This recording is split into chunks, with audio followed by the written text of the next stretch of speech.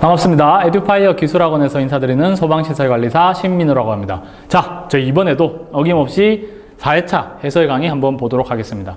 4회차 시험은 한마디로 말씀드리면 이런 느낌이었습니다.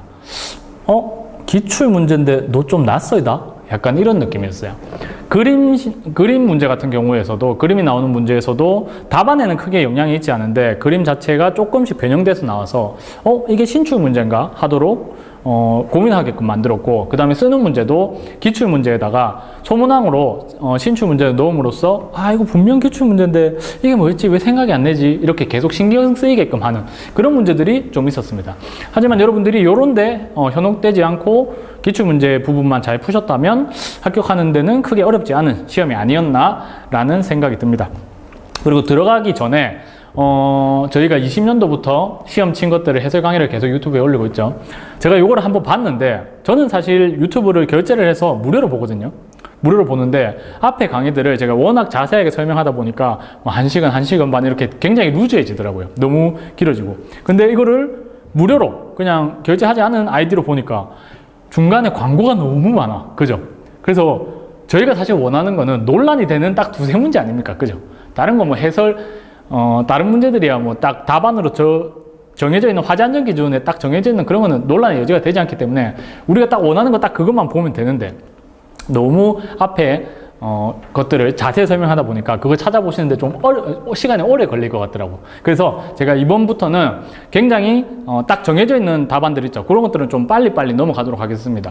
그리고 우리가 논란이 되는 그런 문제의 시간을 조금 더 투자해서 볼 수 있도록, 여러분들이 조금 더 편하게 볼 수 있도록 하도록 하겠고, 그 다음에 한 가지 말씀드리고 싶은 게, 부탁 말씀드리고 싶은 게, 사실 기사시험 중에서도 실기시험이라는 게 실기시험 특성상 완벽한 복원을 이루기가 좀 어렵습니다. 왜 그런가 하면 이 실기시험 자체가 사실 문제가 유출이 되지 않죠. 문제를 받아서 풀고 그대로 내고 나와야 되기 때문에 저희가 복원을 하려면 온전히 수험생분들의 기억만으로 의견을 수렴해서 복원을 하는데, 사실 요새 이름을 말씀드리면 안 되는 그 바이러스 때문에 보통 강의 끝나고 이렇게 책거리 해가지고 그 자리에서 이렇게 복원하고 하는데 그런 것도 좀 힘들고, 오프라인으로 만나기도 좀 힘들고 하다 보니까, 그래도 다행히 저희 카페에서 많은 수험생 분들이 만드시는 복원을 도와주십니다. 그래서 거의 뭐 95% 이상, 거의 뭐 100%에 가깝게 복원이 되고 있지만, 혹시나 좀 시험 내용과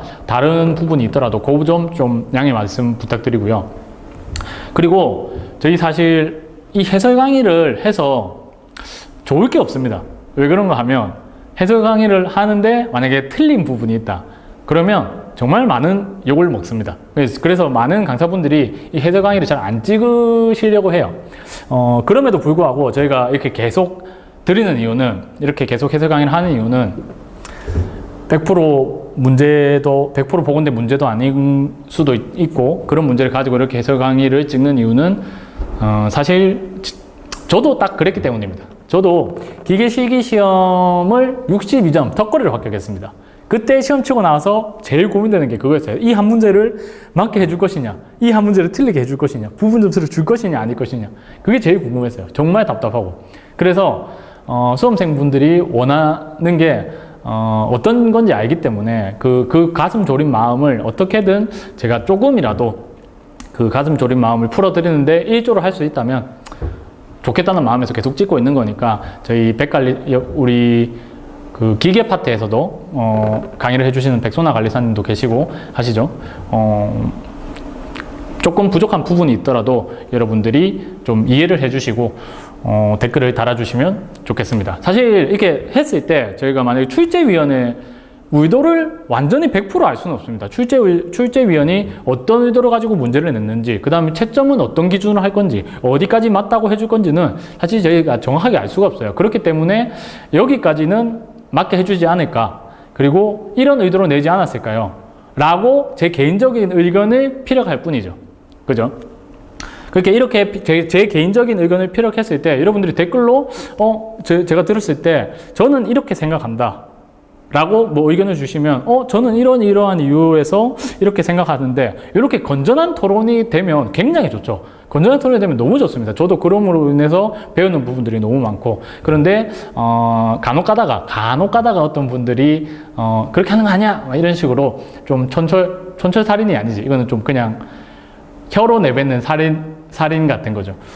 그런 상처되는 말을 좀 하시면 저도 그렇고 백선화 관리사님도 그렇고 약간 좀 마음의 상처를 받을 때가 있습니다. 그러니까 혹시나 제가 부족한 부분이 있고 실수하는 부분이 있더라도 토의 형식으로 좀 말씀을 해주시고, 저도 한 번 더 의견을 이렇게 피력해보고 하는 그런 건전한 문화가 되었으면 정말 좋겠다는 말씀을 드리면서 한번 내용을 보도록 하겠습니다. 말이 길어졌는데 한번 보도록 할게요. 자, 저희 해설 강의 보시고 또 궁금하신 사항이나 그런 부분들이 있으면 사실 댓글에 달아주시면 제가 바로바로 답변을 잘 못 드립니다. 그 네이버에 소방365, 에듀파이어 소방365라고 카페에 가시면 제 신민우 강의 강사란이 있어요. 거기에 문의를 주시면 제가 매일 저녁에 확인해서 답변을 드리니까 한번 궁금하신 사항이 있으시면 여기 오셔가지고 부담 없이 질문해 주시면 제가 성심성의껏 답변을 드리도록 하겠습니다. 많이 이용해 주시고, 그 다음에 지금 보고 계신 유튜브 에듀파이어 구독과 좋아요도 부탁드리도록 하겠습니다. 사실 여기 댓글을 달아주시면 제가 막 칭찬 같은 거 막 해주시면 제가 답변을 잘 못 드려요. 오히려 제가 막 저한테 막 쓴소리 하시고 욕하시는 분들 있죠. 그런 분들께 제가 답변을 드립니다. 좀 약간 그런 분들은 피드백을 해주시는 거니까 제가 그런 걸 보고 좀 더 앞으로 발전할 수 있는 방향이 되기 때문에, 그렇다고 막 비방하고 막 너무 막 욕설을 막 너무 강하게 안 해주셔도 됩니다. 피드백을 한번 봐주시고. 자, 내용 바로 보도록 하겠습니다. 자, 이런 문제 같은 거는 사실 논란의 여지가 없죠. 왜? 화재안전기준상에 다 적혀있기 때문에. 그죠? 이거는 여러분들 보실 게 없어요. 사실 다른 건 내용은 어려울 게 없는데 이런 걸 질문하시더라고. 문제 복원에 있어서 이런 내용이 문구가 없었다. 비상 콘센트의 공급 용량은 최소로 한다. 이런 문구가 없었는데 그럼 답안이 달라지는 거 아니냐라는 말씀들을 하시는데 그건 전혀 상관이 없죠. 왜? 화재안전기준상에 어떻게 1.5kVA로 딱 명시가 되어 있고, 전선의 용량을 어떻게 한다? 전선의 용량은 비상 콘센트의 공급 용량을 합한 용량 이상의 것으로 한다. 단 비상 콘센트가 3개 이상인 경우에는 3개까지만을 한다. 이게 무슨 말이다? 1개 있을 때 있고, 2개 있을 때 있고, 3개 있을 때 있고, 4개 있을 때 있다. 이때 1.5, 2개일 때 3.0, 3개일 때 4.5, 4개일 때부터는 4.5. 왜? 3개 이상인 경우에는 3개까지만 생각하면 되기 때문에. 그죠? 그렇기 때문에 저런 문구가 있고 없고의 차이는 크게 문제가 되지 않는다. 그죠? 그 다음에 뭐 표시등 색깔은 99% 소방에서는 적색이다. 가스만 황색이다. 그런 것들 보시면 이건 전혀 논란의 여지가 없고. 자, 유도등의 비상전원, 이것도 사실 화재안전기준상에 많이 나오는 내용이기 때문에 답안을 잘 작성하셨을 거라고 생각이 됩니다. 먼저 기본적으로 소방에서 사용하는 비상전원은 얼마? 무조건 20분 이상이다. 이게 소방대원이 출동하기까지 버텨야 돼 라고 생각해 주시면 돼요. 그리고 뭐 소방 용수도 20분 이상 나올 수 있게끔 저희가 소화용수를 확보를 하죠. 그 20분인데 이런 장소에, 이 장소와 이런 장소에는 어떻게 해라? 60분까지 되게 해라. 유도등을, 비상전원이. 왜? 지하층의 제한 층수가 12층 이상. 자, 지하층 또는 무창층으로서 용도가 도소매시장, 여기자동차터미널, 지하상가, 지하역사. 보시면 그냥 위험도가 높은 장소라고 생각해 주시면 돼요. 첫 번째는 뭐 층수가 높으니까 제시자도 많고 탈출하는데 오래 걸려. 위험해. 두 번째는 뭐 불특정 다수인이 많이 사용하는 장소니까 위험해. 그러니까 어떻게 해라? 용량을 더 크게 해서 오랫동안 불이 켜져 있을 수 있도록 해. 라는 내용이라고 보시면 됩니다. 그죠? 그 다음에 유도등이 비상전원으로서는 뭐만 사용할 수 있다? 축전지만 사용할 수 있다. 다른 설비들은 전기저장 장치를 모두 사용할 수 있어요. 근데 유일하게 어떻게? 유도등만 축전지로 가능합니다. 유도등은 전기저장 장치도 사용할 수 없어. 오로지 축전지로만 사용할 수 있다. 라고 그렇게 외워주시면 되는데, 왜 그런가 하면, 예를 들어서 자가발전 설비 같은 게 있죠. 자가발전 설비는 저희가 뭐 기름을 부어서 엔진을 돌려서 엔진이 돌아서 우리가 전력이 생산이 되면 그걸로 발전을 해서 전력을 공급을 하는데, 그렇게 되면 펌프가 엔진이 도는 동안 돌 때까지 딜레이가 발생한다는 거죠. 짧은 시간이긴 하지만 완전 정전이 됐을 때 그 엔진이 돌 때까지 딜레이가 발생을 한다. 그런 딜레이조차도 허용하지 않겠다 라는 개념이라고 생각해 주시면 돼요. 유도등은 너무너무 중요한 설비이기 때문에, 피난을 위해서 유도등이 굉장히 중요한 설비이기 때문에 그런 사소한 딜레이조차 허용하지 않아. 무조건 바로 켜질 수 있도록 해 라는 내용이라고 생각해 주시면 돼요. 아시겠죠? 이거 많이 말씀드렸던 부분. 유도등이 별거 아닌 설비 같지만 암전 상태에서는 유도등밖에 안 보인다고 제가 말씀드렸던 기억이 납니다. 자, 그리고 요거는 사실 뭐 너무 쉬웠습니다. 그죠? 우리 전동기 용량 구하는 공식은 공식 17개 중에서 정말 가장 많이 나오는 공식 중에 하나였고, 그래서 저번 시험에서는 흐름 없이 그냥 무조건 대입하면 나오는 요것만 딱 나왔었죠. 근데 이번 시험에서는 한 번의 흐름을 더 줬습니다. 그죠? 제가 기계가 어렵다고 말씀드린 이유가 흐름이 많다. 앞에 걸 구하고 두 번째 걸 구하고 그걸로 세 번째 걸 구하고 그걸로 네 번째 걸 구하는 이런 흐름이 많기 때문에 앞에 걸 틀리면 다 틀린다. 기계는 그래서 어렵다. 하지만 우리 전기 쪽에서는 단순히 공식만 알게 하면 다 주어진다. 모든 수치가 다 주어집니다. 다 주어져. 여기에 12 세제곱입니다. 세제곱. 이거 빠졌네요. 다 주어지기 때문에 단순히 공식만 암기하고 있으면 대입만 하면 됩니다. 대입만. 그런데 우리 요 부분에서, 전동기 용량 부분에서 한 번 또는 두 번까지 흐름이 나오는 게 있다고 말씀드렸는데, 이번엔 한 번 흐름을 준 거죠. 이렇게 전동기의 용량을 구해서 어떻게 삼상전력 단산 변압기 한 대 용량 어떻게 하면 된다? 루트 3으로 한번 나누면 된다. 요거 구하고 그걸 루트 3으로 나누면 된다. 한 번의 흐름이 있다. 그 한 번의 흐름조차 굉장히 간단한 거였죠.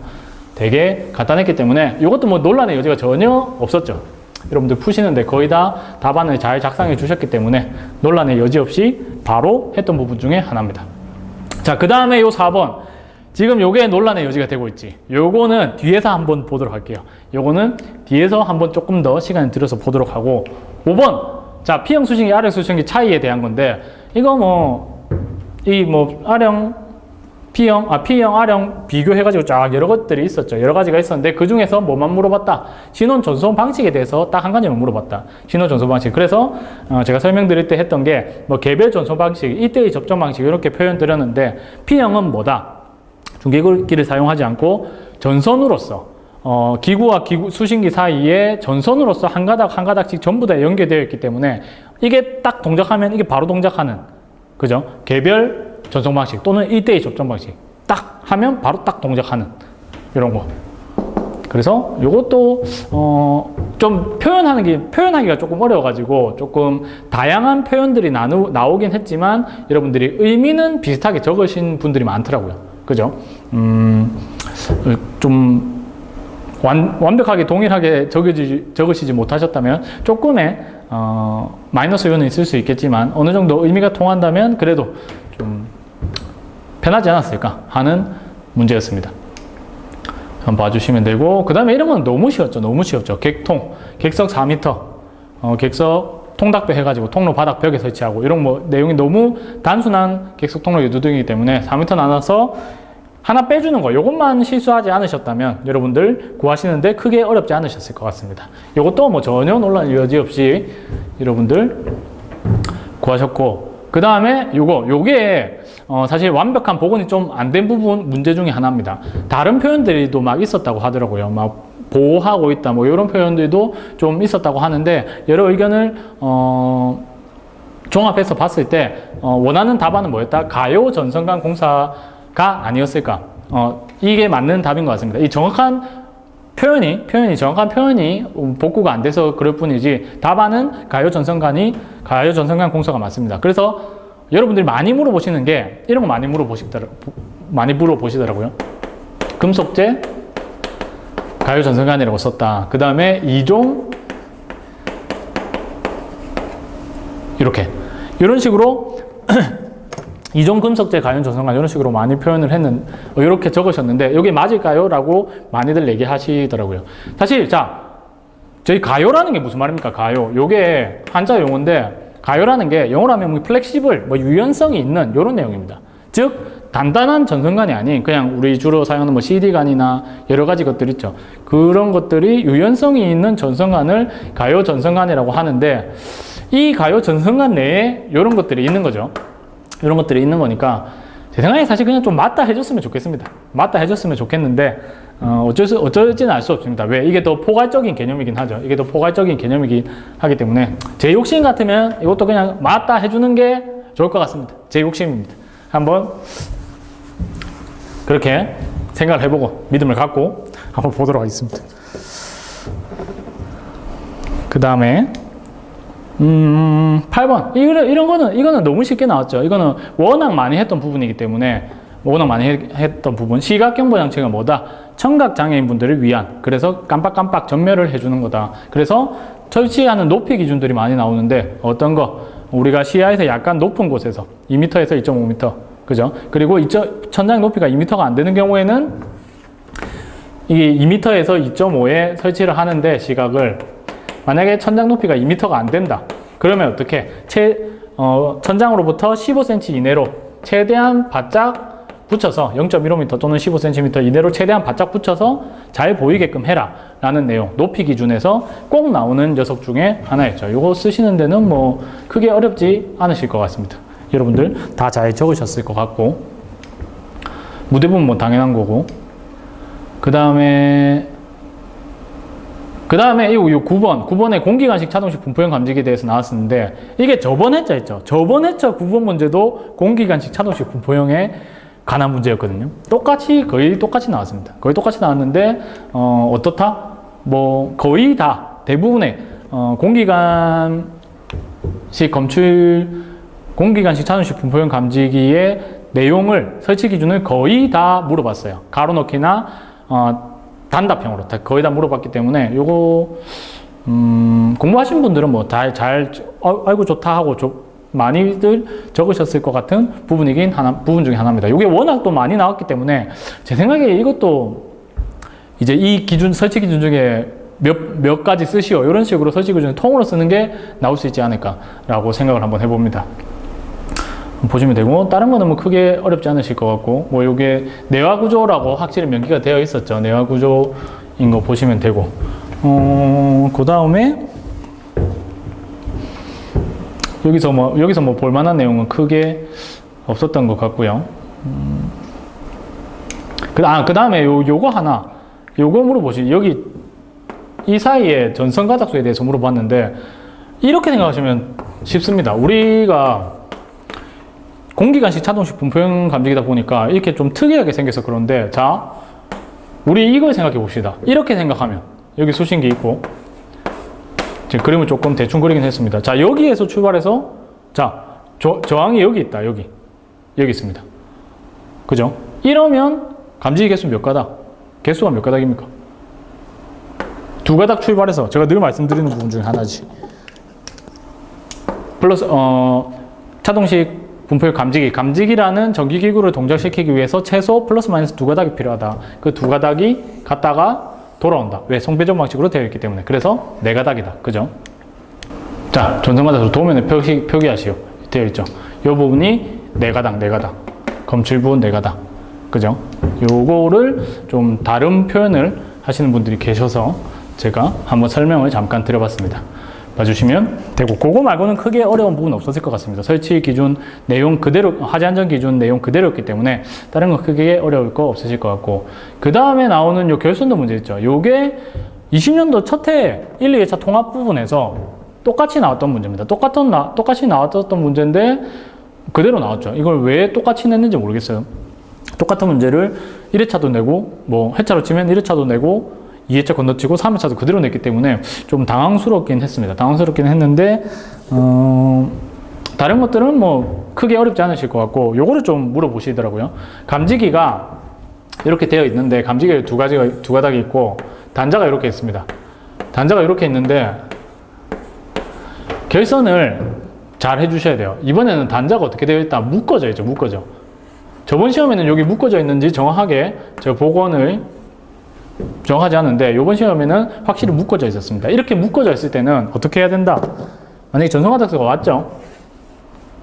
똑같은 선이 가야 됩니다. 똑같은 선. 이 단자에는 같은 선이 물려야 돼요.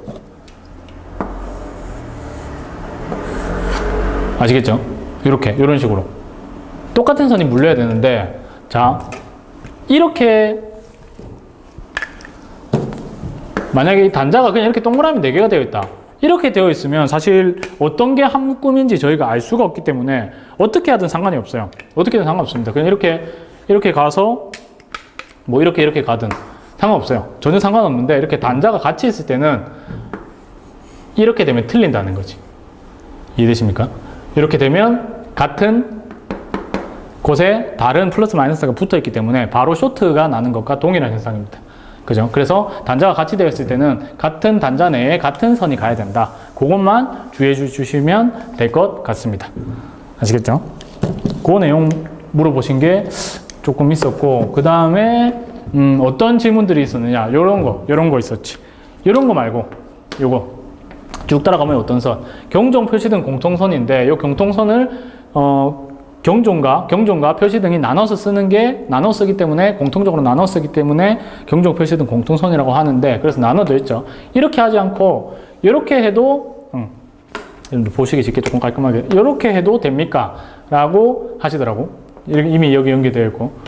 사실 동작하는 데 문제가 없습니다. 그죠? 동작하는 데 문제가 없기 때문에 이렇게 해도 크게 뭐 틀렸다고 하지 않을 것 같은데, 사실은 요 발신기 세트 내에서 해주는 게 뭐 실무와 똑같긴 합니다. 선이 수신기에서 출발해서 발신기 세트 내로 들어가서 그 이후에 분기가 돼서, 뭐 또 2차 결선이라고 하죠. 뭐 분기가 돼서 하기 때문에 여기에서 적어주는 게 가장 뭐 찝찝하지 않고 깔끔하긴 하는데, 뭐 기능상 이렇게 연결되는 거는 전혀 문제가 없습니다. 그죠? 이런 거는 기능상은 문제가 없기 때문에 이것도 좀 맞다 해주셨으면 좋겠다라는 말씀을 드리면서, 주의사항은 크게 없었을 것 같습니다. 감지기 요게 이렇게 단자가 연결되어 있다면 똑같은 선이 연결돼야 된다. 그 정도만 하시면 뭐 크게 문제 없었을 것 같고, 적색도 나왔고, 그 다음에 요 공통선이 뭐 지구 공통이라고도 안 되어 있고, 뭐 그냥 공통이라고도 되어 있다는 말도 있던데, 그렇다 하더라도 뭐 전혀 상관없죠. 경종, 표시등 공통 따로 있기 때문에 그건 여러분들 전혀 상관없고, 그 다음에 요것도 발신기 기준 참 많이 나오죠. 우리 표시등 기준. 표시등이 이렇게 있으면 어떻게? 요 각도가 15도, 요 각도가 15도, 그리고 요 거리가 얼마? 10m. 참 많이 나온 수치들. 요 범위 내에서는 어디서 보더라도 다 잘 보여야 된다. 그런 것들. 좀 기본적인 게 나왔으니까 크게 어렵지 않으셨을 것 같습니다. 내용은 쭉 한번 보시면 될 것 같고요. 그 다음에 광전식 분리형 감지기 설치기는 세 가지를 쓰시오. 요거 통으로 쓰라는 게 나왔지. 뭐 사실 어렵게 나왔다면 요 5가지 다 쓰시오라고 나왔어도 어렵지 않은 문제, 이상하지 않은 문제 중에 하나였습니다. 보통 설치 기준 5개까지는 쓰라고 나오기 때문에 다 쓰라고 나왔을 수도 있었을 것 같은데, 그나마 좀 쉽게 여러분들 이 중에 아는 거 저거 라고 좀 배려를 해준 느낌이 드는 문제이긴 합니다. 여러분들 크게 적으시는데 크게 어렵지 않으셨을 거라고 생각해요. 공기관식 차동식 분포형도 그렇고 광전식 분리형도 그렇고 좀 특이한 아이들이기 때문에 그림으로서 설치 기준을, 그림 하나로 그리면 설치 기준이 대부분 들어갑니다. 대부분 설치 기준을 그림으로서 표현할 수 있기 때문에 좀 쉽게 암기할 수 있는 부분 중에 하나였죠. 그 그림으로 외웠을 때 얼마만큼 잘 이쁘게 풀었었느냐 라는 싸움이지 않았을까, 그렇게 생각이 되는 문제 중에 하나였습니다. 요것도 의외로 좀 많이 쓰시지 않았나 생각이 듭니다. 광전식 분리형 감지기는 워낙 특이해서 공부를 좀 많이 하는 부분 중에 하나이기 때문에 여러분들 이런 수치들 있죠. 이런 것들은 뭐 여러분들 거의 다 기억을 하시기 때문에 이 수치들 넣어서 잘 작성을 해주셨을 거라고 생각이 듭니다. 많은 분들이 많이 맞으실 것 같더라고요. 한번 그런 문제였고, 배점도 6점으로서 상당히 괜찮은 문제 중에 하나였죠. 그 다음에 이 문제 참 많이 나오지. 이 문제는 뭐 논란의 여지가 없습니다. 논란의 여지가 아니라 이거는 뭐 두말할 것도 없이 무조건 소방하시는 분들이라면, 계속 시험을 보시는 분들이라면 무조건 가지고 가야 되는 것들 중에 하나죠. 왜? 많은 것들이 있는데, 요 부분에 대한 것들이 나왔죠. 요 부분은 협소한 장소다. 협소한 장소이기 때문에 오동작이 발생할 확률이 높다. 그래서 어떻게 해라? 성능이 좋은 8가지 감지기 설치해야 된다. 그 성능이 좋은 8가지 감지기 중에 5가지 써라 라는 문제 중에 하나였죠. 아닥 축복 정분 불강이라고 저는 외웠었는데, 그렇게 뭐 이 8가지 감지기는 여러분들이 어떤 방식으로 외우시든 간에 성능이 좋은 8가지 감지기라고 생각을 해주시고 외우시면 됩니다. 요거는 참 많이 나오는, 계속해서 나오는 애들 중에 하나이기 때문에 좀 소방을 하시는 분들이라면 숨 쉬듯이 가져가야 될 부분이 아닌가 하는 말을 감히 해보면서 여러분들이 잘 적어주셨을 거라고 생각이 듭니다. 이것도 크게 문제가 없었고, 자, 이 문제가 나왔습니다. 이 문제가 참 강의를 하면서도 제가 이런 문제는 참 나오면 안 된다. 이런 문제는 뭐 식을 외우더라도 우리가 뭐를 모르면 풀 수가 없다. 저희가 그거를 모르면 풀 수가 없죠. 경동선의 저항, 고유 저항을 모르면 풀 수가 없기 때문에 이런 문제는 나오면 안 된다 라고 제가 늘 말씀드리는 부분인데, 참 경동선의 고유 저항을 저희 말고 누가 외우고 있나 싶긴 합니다. 참 전기기사 치는 분들은 당연히 외우고 있으실지 모르겠는데, 이런 문제는 참 제가 안 좋아하는 문제 중에 하나입니다. 이런 공식만 사실 외우고 있으면 딱딱딱 넣어서 답이 바로 나오긴 하지만 참 마음에 들지 않는 문제 중에 하나입니다. 이것도 뭐 공식을 외우신 분들에게는 굉장히 쉬운 문제였었죠. 하지만 그렇지 않으신 분들에게는 전혀 뭐 손댈 수 없는 문제이기 때문에 참 당연히 뭐 공부하실 때 제가 계산 문제 부분에 공식을 무조건 외우라고 하는 부분이기 때문에 점수는 받았을 것 같지만 그래도 마음에 드는 문제는 아닙니다. 이런 거는 좀 나오면 안 될 것 같다는 생각을 제가 다시 한번 하면서 어필을 다시 한번 이번 기회를 통해 말씀을 드리면서 한번 넘어가 보도록 하겠습니다. 그 다음에 요거 참 표 1, 표 2, 표 3, 표 4까지 제가 다 일일이 적었는데 이 한 화면 안에 제가 깔끔히 안 들어와서 일부러 안 넣었습니다. 귀찮아서 뺀 거 절대 아닙니다. 이게 다 쳐넣었어요. 크게 중요하지 않습니다. 크게 중요하지 않아요. 자, 문제 이렇게 있었는데 답안을 보면서 바로 말씀드릴게요. 왜? 이것도 약간 논란의 여지가 되고 있습니다. 되고 있는데 왜 그런가 하면, 자 보시면 우리가 뭐 구할 수는 있습니다. 다 여기 보시면 인건비랑 내선전공의 인건비랑 공구설용 구하는 방법은 다 알고 있어요. 다 알고 있는데 문제는 뭐다? 물어보는 거에서 노임요율 이렇게 물어보는 거지. 노임요율. 사실 이 노임요율이란 말은 실무에서 전혀 쓰지 않습니다. 이 하시는 분이 이게 무슨 의도로 갖고 본인만의 생각을 가지고 낸 것 같은데 이게 무슨 의도로 갖고 냈는지 저희가 파악을 할 수가 없어요. 노임요율이 뭐 어떤 걸 냈는지 정확하게 파악을 할 수가 없습니다. 그래서 이 문제는 사실 제 생각에는 이것도 제 의견이지만 이게 합계 맞고 공량계 합계 맞고 만약에 이런 거 금액 맞다 이러면 뭐 사실 얻은 걸 적어주셔도 다 맞게 해주셔야 되지 않나 생각이 듭니다. 그죠? 이건 다 맞게 해줘야 됩니다. 문제가 이상하니까 문제가 감히 제가 말씀드리는데 문제가 이상해요. 뭐 어떤 의도로 냈는지 시험이 끝나고 이런 의도로 냈다라고 뭐 다 밝히면 모르겠는데 그런 시험도 아니지 않습니까? 이건 좀 제가 좀 욕을 먹을 각오를 하고서라도 출제위원분들께 말씀을 드리는데 이런 거는 전에 냈던 거 그대로 내고 있는데 이런 건 좀 내더라도 좀 고쳐서 내야 되지 않나. 아무리 기출 문제였어도 좀 고쳐서 내야 되는 부분인 것 같습니다. 이거를 뭐 깔끔하게 노임 단가라고 해주던가. 그죠?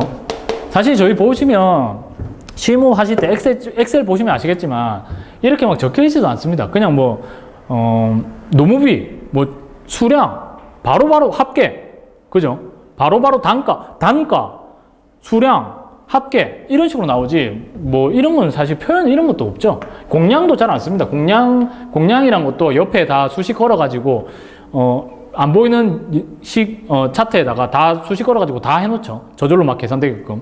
그러니까 이거는 뭐 당연히 뭐 수식을 짜려면 당연히 알아야 되는 부분이긴 하니까 제가 이해는 하지만 이런 것들은 뭐 좀 이상한 것 같습니다. 노인 단가를 차라리 깔끔하게 해서 그냥 다 이렇게 할 수 있게 해주던가. 그리고 공량도 이렇게 공량계라고 공량의 합계라고 좀 표현을 해주던가. 제 생각에는 이렇게 생각해요. 출제위원분이 원하시는 거는 노임요율 요 자리에다가 이렇게 우리가 구하는 공식을 넣고 요 자리에다가 7.5라는 이 공량의 합계를 적는 걸 원하지 않았나. 그래서 요율이라는 뭐 말을 사용하지 않았나 생각이 드는데 참 이것도 참 마음에 안 듭니다. 그냥 깔끔하게 뭐 다 노인단가 뭐 공량계 이렇게 딱 해주던가 뭐 노인단가 공량계로 딱 해주면 제일 깔끔하지, 그죠? 이렇게 하면 제일 깔끔한데 어쨌든 공량 제대로 구하고 여기에 뭐 뭘 적든 간에 우리 다 맞게 해줘야 된다 라고 생각을 합니다. 이 문제 말 물어보는 것 자체가 이상하기 때문에 요거 다 구하시고 그 다음에 인권 부분에서는 크게 문제가 없으시죠. 그리고 뭐 공부 성료에 대해서 여기에 뭐 3%를 줬고 이런 거에 대해서도 논란이 있는데 뭐 줬고 안 줬고는 제가 크게 차이는 없을 것 같습니다. 왜냐면 보통은 이렇게 공부 성료하면 여기 숫자 1 해가지고 일식이라고 저희가 주로 얘기를 하고 공식에 다른데 3%는 이미 주어져 있으니까 법적으로 그렇게 하기 때문에 일식이라 이렇게 되어 있는데 여기 뭐 3%를 적어도 뭐 크게 문제는 없을 것 같다. 뭐 뭘 하든 어떻게 이 금액에 3%에 대한 거를 금액만 제대로 적으면 다 맞다고 해줘야 된다. 그죠? 이건 다 맞다고 해줘야 된다고 생각합니다. 다시 한번 어필을 드리면서 뭐 구하는 건 크게 어렵지 않지만 문제가 조금 논란의 여지가 있는 부분이지만 제 생각에는 뭐 어떻게 적어주셔도 다 맞다고 해줘야 된다. 다시 한번 강조를 드립니다. 다시 한번 강조를 드리면서 보도록 하겠습니다. 그 다음에 요 문제가 사실 좀 많이들 헷갈려 하셨어요. 요게 사실 기출 문제였는데 예전에는 요 접지에 대한 부분이 없었죠. 예전에는 요 접지에 대한 부분이 없었어 가지고 그게 이 접지가 생기면서 다른 분들이 이게 답이 다른 건가? 다른 회로던가? 라고 많이들 생각을 하시지. 이게 사실 시퀀스 문제가 복원하기가 사실 제일 어렵습니다. 왜냐하면 동작 설명이 있죠. 동작 설명. 조건에 나오는 이 동작 설명 부분이 굉장히 복잡해서 이거를 완벽하게 복원하기가 어렵기 때문에 이게 완벽하게 복원이 돼야 저희가 이 그림을 완벽하게 그릴 수 있죠. 그 동작 설명에 따라서 회로도를 짜는 거기 때문에. 근데 그게 잘 안 돼서 어려운데 예전에 나왔던 기출 문제가 거의 동일하게 나왔어요. 다만 요 접지 부분에 생겨서 많은 분들이 헷갈려 하셨지만 그대로 전에 나왔던 것과 그대로 작성을 해주시면 틀리지 않은 부분인 것 같습니다. 그래서 회로도 공부를 좀 하신 분이라면 그래도 조금 어렸을 것 같아요. 왜 그런가 하면 요거는 자주 나오는 거 있죠. 뭐 삼상 y 데이터 값이라던가 그 다음에 한계수 기둥정지회로 그 다음에 상용전원 예비전원 절환회로 이런 것들이 좀 자주 나오는 거 말고 기타 회로거든요. 기타 회로 부분에서 좀 나왔기 때문에 좀 요거는 좀 많은 분들이 어려워하셨을 거라고 생각이 됩니다. 그리고 이번 시험을 쭉 복원하면서 느낀 건데 이번에 출제위원분들이 제 생각에는 전기에 자신이 있거나 전기 관련 쪽을 전공을 하신 분들이 많이 출제위원으로 계시지 않았을까 생각을 합니다. 이 시퀀스가 안 나올 때는 안 나오고 한 문제 나오면 한 문제 나오고 그러는데 이번에 꼭 빠짐없이 계속 쭉 한 번씩 나오더라고요. 굉장히 자주 나오고 있는 걸 봐서는 출제위원 분들 중에 전기를 사랑하는 분이 있지 않을까라는 생각을 해봅니다. 계속 시퀀스가 나오고 있기 때문에 사실은 시퀀스는 맨 마지막에 시간 남으면 하세요. 틀려도 됩니다. 라고 제가 좀 강의할 때는 그렇게 말씀을 드리는데 요번에 이제 계속 나오고 있기 때문에 이제 시퀀스도 필수적으로 가져가야 되지 않나 라는 생각을 하면서 한번 또 계속해서 보도록 하겠습니다. 자, 이거 자, 답안 다 보면서 할게요. 답안 보면서 하시는데 이거 그대로 나왔습니다. 그대로. 기출문제가 똑같습니다. 똑같은데 왜 어려워하시느냐? 왜 어려워하십니까? 예전에는 이렇게 나왔어요. 이렇게. 요 동그라미 부분 점선으로 똑똑똑 해가지고 요 다이오드 빼놓고 이거 그려 넣으세요. 이렇게 나왔었거든. 방향을 우리 플러스 마이너스 여기 맞춰가지고 잘 그려 넣으면 되는 거였는데 이번에는 어떻게 나왔다? 이렇게 나왔어요. 다 비워놨습니다. 다 비워놨어요. 접점도 빼놓고 여러분들 접점 결선도에서 제일 중요한 거 제가 접점이라고 말씀드렸었죠. 많이 빼먹으신다고. 접점도 빼놓고 나왔기 때문에 이게 뭐야? 라고 많은 분들이 생각을 하셨을 수 있지만 그래도 당황하지 않고 이거를 떠올리셨다면 그렇게 크게 어렵지는 않았을 부분인 것 같습니다. 왜냐하면 이 내용도 전부 다 기출문제가 동일하게 나왔기 때문에 그게 공부를 좀 하시고 이걸 떠올리신 분들이라면 크게 어렵지 않으셨을 것 같다. 그리고 이런 거 물어보시는 분들도 계시던데 요거를 요렇게 그렸대. 여기 이거 없다고 생각하시고 요렇게 그렸다고 하시던데 이렇게 뭐 그리는 건 전혀 상관없습니다. 그림은 똑같죠. 개선도는 여러 가지 그림이 나올 수 있기 때문에 이렇게 그리면 조금 헷갈리시나 그 빈데다가 한번 제가 표현을 해보겠습니다. 이렇게 뭐 이런 식으로 하셔도 전혀 문제가 없다. 대신 뭐 어떻게 접점은 잘 찍어 주셔야 되겠죠. 그죠? 요거 하시는 이렇게 그리시는 건 전혀 문제가 없습니다. 그런 거는 걱정 안 하셔도 되고 많이 기출문제에서 많이 똑같은 게 여러 번 반복돼서 출제된 거기 때문에 그래서 좀 약간 색다르게끔 완전히 비워낸 부분이었죠. 그렇기 때문에 그래도 당황하지 않으셨다면 현혹하지 않으셨다면 풀 수 있는 문제가 아니었나 생각을 해봅니다. 자, 요거 이런 거는 너무 쉽습니다. 뭐 이런 거 나오면 경보 방식 나오면 뭐부터 판단해라. 우선 경보이냐 일제냐 우선이냐 이거부터 판단해라. 전선가닥수 할 때도 마찬가지고. 왜? 전선가닥수 할 때 이거에 따라서 뭐가 바뀐다? 경정선의 개수가 바뀌기 때문에 바뀐다. 그래서 일제는 상관없고 우선 경보 방식일 때는 어떤 조건이 있다. 층수가 5층 이상이고 이고 그리고다. 엔드다. 연면적이 얼마를 초과해야 된다? 3000제곱미터를 초과해야 된다. 두 가지 모두 만족할 때 우선 경보 방식을 적용할 수 있다. 그리고 보시면 층수는 5층 이상이네. 여기서 말하는 층수는 지상 층수를 말하는 겁니다. 지상. 만약에 지하 3층이고 지상 4층이었습니다. 그러면 무조건 일제 경보 방식이에요. 전부 다 불이 나가야 되겠지. 당연히 이런 방식에서는 우선 경보 방식으로 문제를 내겠죠. 안 그러면 뭐 전부 다 이렇게 점 찍기 연습하는 문제니까.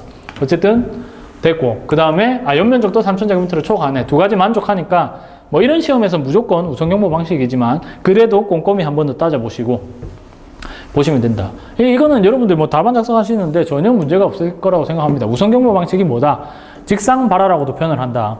발하층과 직상층에 우선적으로 경보를 발해서 위험한 층부터 사람들이 나갈 수 있도록 위험도가 높은 층부터 사람들이 대피할 수 있도록 하는 방식이 우선 경보 방식이다. 그래서 직상층 화재가 발생하면 발하층, 직상층에 경보가 나가는 건 마찬가지고 그 다음에 1층 또는 지하층에 나갔을 때 지하층은 위험도가 더 높기 때문에 무조건 다 나간다고 생각해 주시면 됩니다. 그죠? 1층에 했을 때는 1층과 2층 그리고 지하층에도 이거 뭐 워낙 많이 하셨던 거기 때문에 이거는 뭐 쉽게 기쁜 마음으로 제가 점을 찍으셨을 거라고 생각이 됩니다. 이거 뭐 전혀 어렵지 않으셨을 것 같고 그 다음에 이거 18번 문제 18번 문제도 기출문제였어요. 문제를 보시면 1번, 2번은 우리가 다 알던 거야. 다 알던 거라서 여러분들 쉽게 하실 수 있었어요. 그런데 뭐 타임 차트까지 나오고 타임 차트. 그래서 여러분들이 이게 또 어려워 하시는데 하셨을 텐데 사실 뭐 소문항 1번, 2번은 뭐 잘 푸셨을 것 같고 논리회로 쪽이 이해를 하는 데는 조금 시간이 걸리는 건 사실입니다. 왜냐하면 저희가 이거 어렸을 때 막 수학 쪽에서 배웠기 때문에 좀 어려운 건 사실이지만 이게 이해를 하고 나면 좀 쉬워요. 재밌어요. 재밌는 부분 중에 하나입니다. 그래서 좀 재미를 느끼시고 좀 논리회로 쪽을 마스터 하신 분들은 1번, 2번은 쉽게 하셨을 겁니다. 굉장히 간단하게 나온 거기 때문에 쉽게 했는데 3번에서 이제 타임 차트에 대한 것까지 나오니까 좀 당황하셨을 수 있지만 크게 어렵지 않았을 겁니다. 여기 보시면 이게 정확하지는 않을 수 있습니다. 이 그림을 완벽하게 복원하지는 못했을 수도 있지만 이런 식으로 나왔었습니다. 보시면 뭐 A를 눌렀다. A와 B를 눌렀다. B만 눌렀다. C만 눌렀다. A와 C만 눌렀다. B와 C만 눌렀다. 이렇게 생각해 주시면 돼요. 이렇게 생각해 주시면 되면서 요거를 봐주시면 돼요. 요거 봐줬을 때 여기는 A 접점, A 접점, 요건 B 접점이지. A 접점, B 접점, B 접점.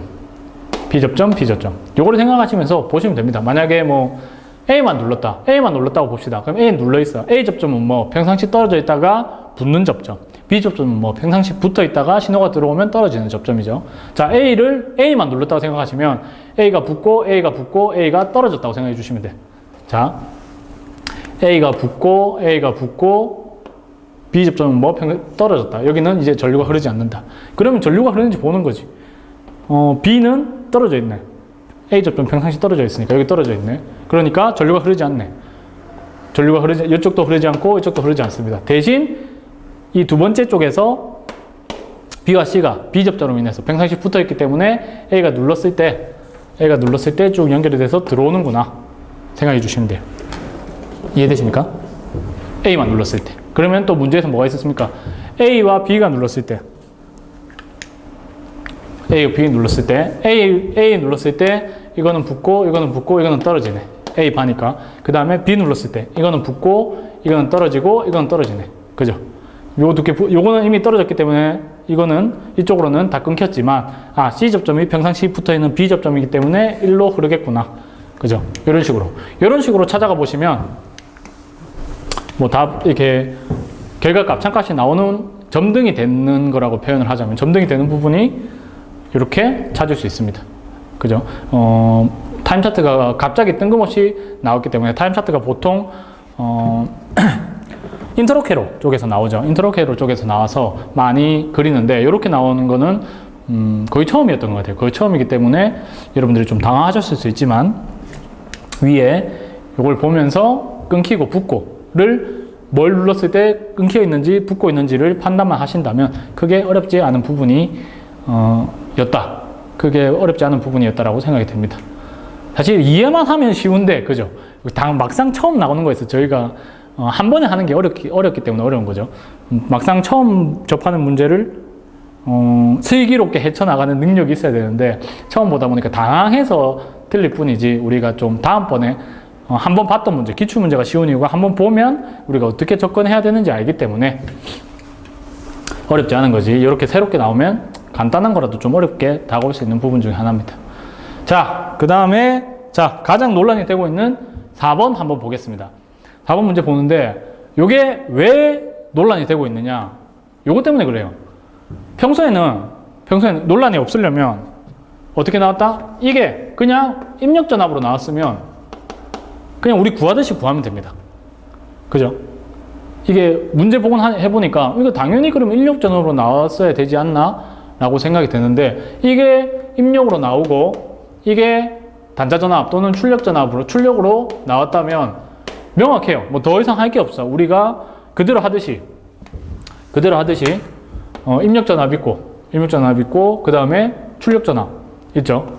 그 다음에 그러니까 이게 만약에 이게 입력으로 나오고 구하는 걸 출력으로 구해라 라고 했다면 그대로 하시면 돼요. 그대로 우리가 하던 대로 이렇게 이항해가지고 단자전압 즉 출력전압을 구하면 되는데 입력전압으로 주어졌다면 26V로 주어진 이 값이 입력전압이라고 주어졌다면 그대로 풀면 됩니다. 그대로 풀면 되기 때문에 전혀 논란의 여지가 없는데 지금 논란이 되는 이유가 뭐다? 이게 출력전압으로 나왔어. 출력전압. 그죠? 그러고 이거 사실 명확하지 않습니다. 명확하지 않는데 구하라는 게 이게 단자전압을 구하라고 그대로 나왔다고 지금 보건상 제가 보건한 내용으로는 그런데 자 다시 한번 정리할게요. 만약에 입력전압으로 나오고 요게 입력전압으로 나오고 1번이 그 다음에 2번이 출력전압으로 나왔다. 그럼 전혀 문제가 없습니다.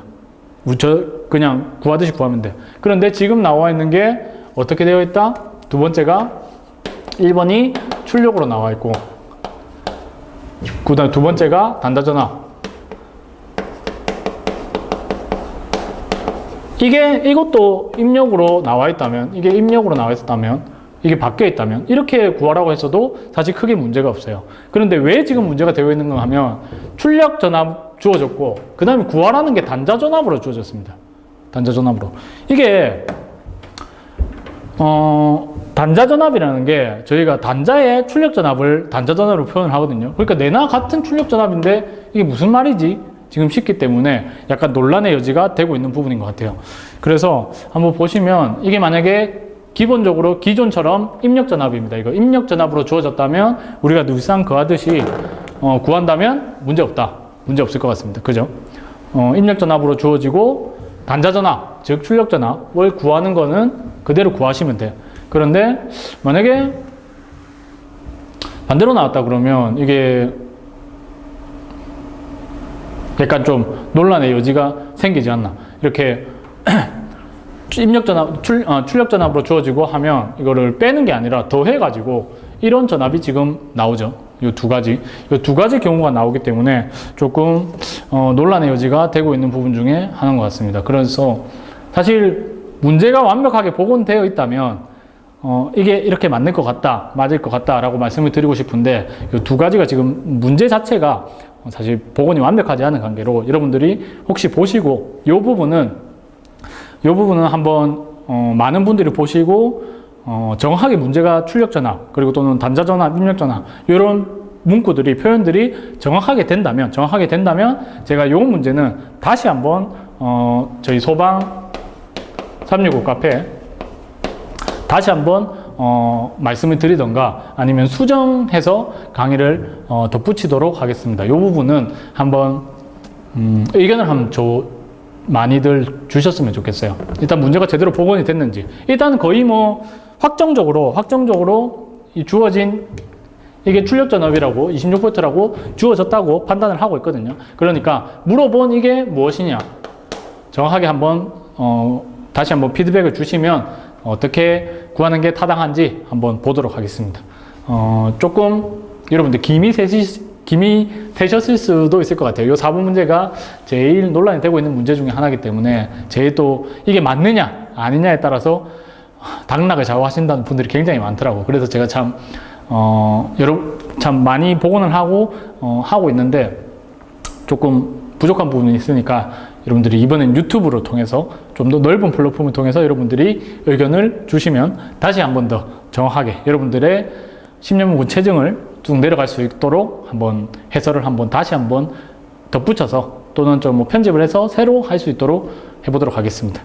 자, 여기까지 18번 이게 마지막이었 4번 18번까지 하고 4번까지 다시 한번 보면서 이번 강의를 한번 마무리 해보도록 하겠습니다. 말씀드린 바와 같이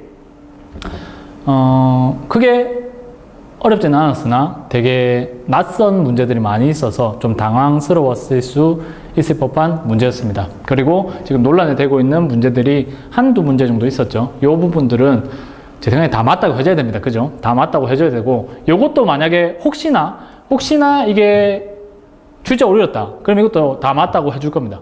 그죠? 그렇기 때문에 여러분들이 피드백을 제대로 해주시는 게 제가 이것도 맞다고 해줄 겁니다 라고 답변을 드릴 수 있도록 혹은 또 정확하게 문제가 복원이 되고 정확한 해설을 할 수 있도록 여러분들께서 많이 도와주시면 정말 감사하겠습니다. 여기까지 하고 4회차 해설 강의는 마무리하도록 하겠습니다. 고생 많으셨습니다.